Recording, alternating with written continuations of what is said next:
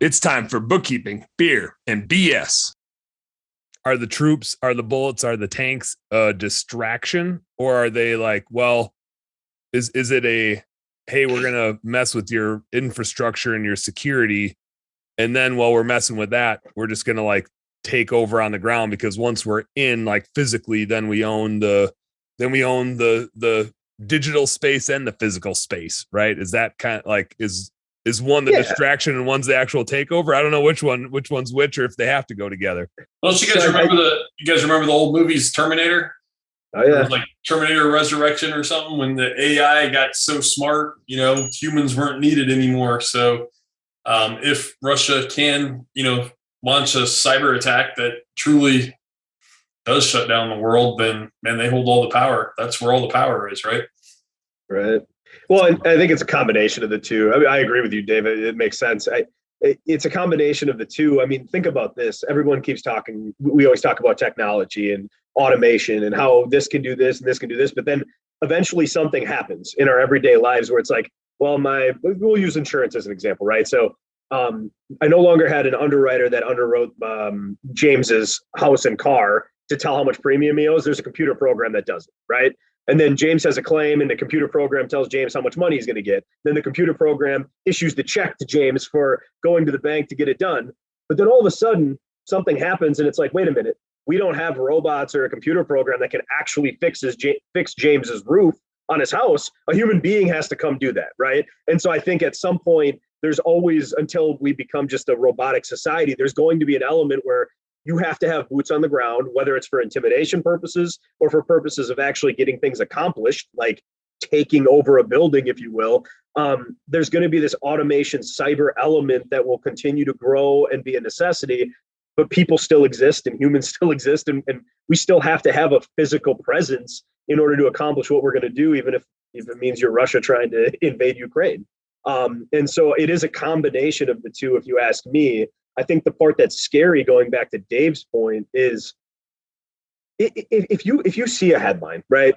For example, the headline I was talking about, where it said, I actually pulled it up here because we were talking about it. So hackers launched a distributed denial of service attack known as a DDoS, in which servers are flooded with illegitimate requests, so the infrastructure is overwhelmed and crashes. Now you read that and you're like, overwhelmed and crashed what? Didn't impact me, doesn't mean anything. Like you don't really know what it is that somebody took over. You don't really understand the implication because it all happened way up here in a cloud somewhere and impacted somebody that wasn't you, right? Mm-hmm. That's a whole lot different if somebody does something that shuts down your bank account or your business, or everybody in America is affected. For me, it's one of those things where it's like, these things are there, but they're still kind of outside of like cyber terrorists. They're still not quite understood the impact that they can make. And then you have somebody like Dave that brings up Terminator and talks about what that could mean in like this grand, horrible situation. It's like, oh man, like that capability is there, will probably be there more so even in the future, and could be a very real reality. Mm-hmm. And then you're like, oh no, what are we doing?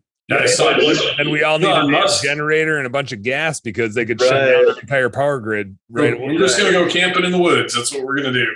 Right. And the other thing I'll add, and then I'll hand it over to James to say something. Dave brings up a good point. We've all made a few comments today where it's like, this is what it sounds like to me, right? Like, I'm not a conspiracy theorist. I'm a realist, right? We've all said, like, pretty much we've said that, right? I'm not a conspiracy theorist. I'm a realist. But like this stuff is making me think, right? Like something doesn't add up, something's not right. And it's funny because I've heard more and more people that I trust and respect, like all three of you gentlemen on this call, that have spoken like that, where I don't think 10, 15 years ago we would have done that. I think it was more like, give me the facts, give me the numbers. I make realistic decisions based on what I see. I'm not up in a cloud somewhere trying to manifest these things. But all of a sudden, stuff. I'm not talking about COVID or the war. There's a lot of stuff that is like, I just don't know. Like something's not quite right. And so it's just interesting how all of these different things happening in the world are making us really question what we're supposed to believe. And then the last piece is you add in what you were talking about, media, right? How real is it?